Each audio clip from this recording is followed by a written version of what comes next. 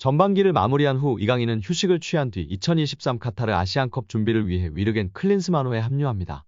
클린스만호는 2024년 1월 2일부터 아랍에미리트 UAE에서 전지훈련을 시작하며 해외 파트너들은 차례로 합류할 예정입니다. 1월 6일에는 현지에서 공식 평가전이 진행되는데 상대는 이라크입니다. 국내 훈련과 UAE 훈련 종료 이후 클린스만호는 1월 10일에 카타르에 입성합니다. 클린스만호는 15일에 바레인전을 시작으로 20일 요르단, 25일 말레이시아와 경기를 치를 예정입니다. 한국이 결승에 진출한다면 2월 12일까지 대표팀과 함께 해야 할 것입니다. 많은 전문가들은 이번 한국 대표팀이 아시안컵 우승을 할 수 있는 절호의 기회라고 이야기하고 있는데요. 일본, 한국이 강력한 우승 후보로 평가받고 있는 상황입니다. 큰 이변이 없다면 2월 12일까지 차출되지 않을까 싶은데요. 이후 파리에 복귀해서 이강인이 뛸 수 있는 경기는 레알 소시에다드와의 챔피언스리그 16강 1차전부터입니다. 다만 시차 적응, 체력 등을 고려해 해당 경기를 완전히 뛰지 못할 가능성도 있습니다.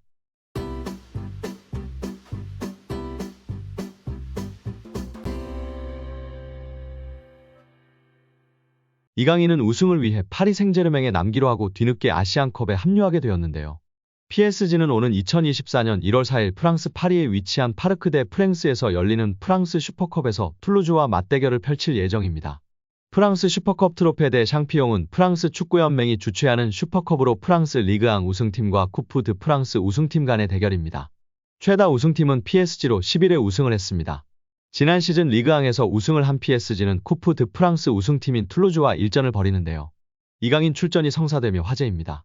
이강인은 아시아축구연맹 아시안컵 최종 명단에 들었고 1월 2일에 소집이 예정되어 있었는데요. 손흥민, 황희찬 등 해외파들 모두 2일에 합류를 하는데 이강인은 예외였습니다.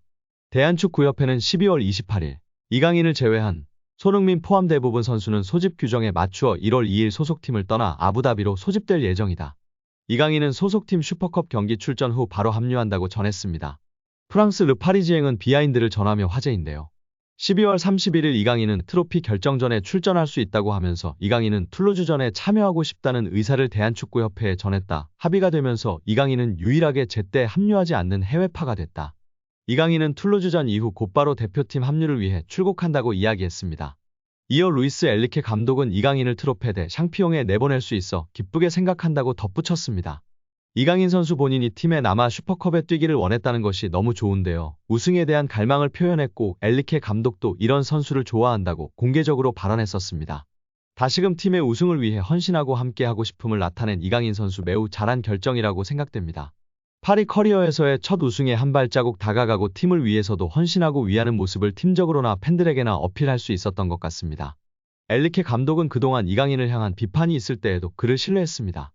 루이스 엘리케 감독도 이강인에게 푹 빠져있다. 그는 21일 메스전을 앞두고 이강인은 우리에게 매우 중요한 선수다. 오른쪽 윙어, 왼쪽 윙어로 뛰었으며 중앙에서도 뛸 수 있다. 때로는 가짜 공격수 역할도 맡을 수 있다.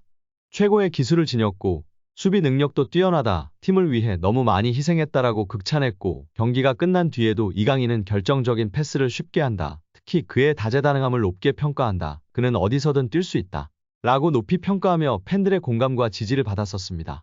한편 한국 축구의 미래이자 에이스라 불리는 이강인의 축구화에는 의문의 알파벳이 적혀있어 화제가 되고 있습니다. 축구화뿐만 아니라 정강이 보호대, 늘 끼고 있는 반지 등에도 쓰여있는 이 영문의 정체는 무엇일까요? 이는 이강인이 얼마나 가족을 사랑하는지 알 수 있는 의미 있는 알파벳 조합입니다. 바로 아버지, 어머니, 첫째 누나, 둘째 누나 본인 순으로 이름의 첫 알파벳 이니셜을 따온 것인데요. 매일 신고 매일 입는 축구 용품에 가족의 이니셜을 새겨 넣을 정도로 가족을 사랑한다는 것을 보여주고 있어 팬들의 관심을 받고 있습니다. 최근 PSG 입단 기념 75초 인터뷰에서도 이강인은 쉬는 날 주로 무엇을 하는지에 대한 질문에 가족과 밥 먹기 라고 답한 바 있는데요. 또 다른 매체 인터뷰에서도 늘 그는 가족이랑 무엇이든 같이 하는 걸 좋아한다며 가족, 축구 말곤 없다고 망설임 없이 말했었습니다. 취미 역시 부모님과 누나들이랑 시간 보내는 게 취미라면 취미 라고 답해 감동을 안겼었습니다. 스페인에서 처음으로 멀티골을 넣은 후 이강인은 매체 인터뷰를 통해 누나를 보고 한 셀레브레이션이다. 누나가 내게 매번 골을 넣으라고 하기 때문이다라며 웃으며 이야기했었는데요. 국내 예능 프로그램으로도 알려진 이강인의 누나 이정은 양은 현지서 동생을 매니저처럼 챙기는 것으로 알려졌었습니다. 이강인의 툴툴대는 것 같은 말에서도 누나를 향한 애정이 느껴졌었습니다. 또한 이강인의 정강이 보호대에는 한쪽에는 대한민국 국기, 또 다른 한쪽에는 스페인 국기와 함께 동일한 이니셜 조합 그리고 가족 사진이 새겨져 있습니다. 이강인은 2011년 10살 때 온 가족이 스페인으로 건너가 축구선수 생활을 했었습니다. 피파 규정을 지키기 위해 온 가족이 스페인으로 건너가 자신을 뒷바라지했다는 점에 가족에 대한 사랑이 무척이나 큰 것으로 알려져 있습니다. 2017년 4월 18세 이하 대표팀에 소집되기 전까지 이강인은 스페인 현지에서 축구를 하고 스페인어를 사용하는 일상이 익숙했습니다. 2017년 아시아축구연맹 19세 이하 챔피언십을 기점으로 연령별 대표팀과 함께하는 접점이 많아진 이강인은 2살에서 3살 많은 형들과 대화를 하며 다시 한국어가 익숙해졌다고 고백한 바 있습니다. 한때 스페인 축구협회가 귀화를 추진한다는 얘기도 나왔었지만 이강인의 가족은 그럴 일은 없다고 단호히 거절했었습니다. 먼 나라에서 성장기를 보냈지만 조국을 향한 이강인의 마음은 애틋한 것으로 잘 알려져 있습니다. 지난 UEC 월드컵과 카타르 월드컵 내내 이강인은 경기 시작 전 국가가 울리면 입을 크게 벌리고 따라 부르며 화제가 되기도 했었습니다. 대한축구협회 인터뷰에서도 동료 관중, 팬들 모두 애국가를 크게 불러줬으면 좋겠다는 부탁을 했었는데요. 그는 왜 그렇게 애국가를 크게 부르느냐는 질문에 그냥 좋아서 라며 웃음을 지으며 팬들의 사랑을 받기도 했습니다. 또한 이기고자 하는 마음에서 지고 싶지 않아 더 크게 부르기 시작했다고 고백했었는데요. 이강인은 포르투갈전에서 상대 선수들이 국가를 크게 부르더라. 그런 데서 기선제압이 되면 안 된다고 생각해서 나도 크게 부르고 있다라고 말했었습니다. 유럽 한복판에서 10대 시절을 보내며 프로 무대까지 왔지만 그 시간 동안 대한민국 사람이라는 정체성을 이강인의 가족이 온전히 품고 있고 이강인 선수도 강하게 애착을 보이고 가족에 대한 고마움도 잊지 않는 것 같은데요. 우리 이강인 선수 지금도 잘 되었지만 앞으로 더욱 성장하며 가족에게 행복을 전하고 우리 국민들에게 행복을 전하는 행복한 축구 선수가 되길 기대하고 응원하겠습니다. 이번 아시안컵에서도 부상 없이 맹활약하길 기대하고 응원하겠습니다. 여기에 지난 여름 파리 생제르맹 이적 오피셜이 뜨기 전 이강인의 에이전트가 맨시티와 협상 테이블을 가졌다는 것이 전해지며 화제인데요. 박문성 해설위원의 유튜브 채널에서 축구 전문 기자들과 함께 한 이야기를 통해 밝혀졌었습니다. 당시 아틀레티코 마드리드와 파리 생제르맹이 가장 유력한 최종 협상 후보 구단이었고 그전에는 프리미어리그 구단과 협상을 했었다고 전해들었다고 밝혔습니다.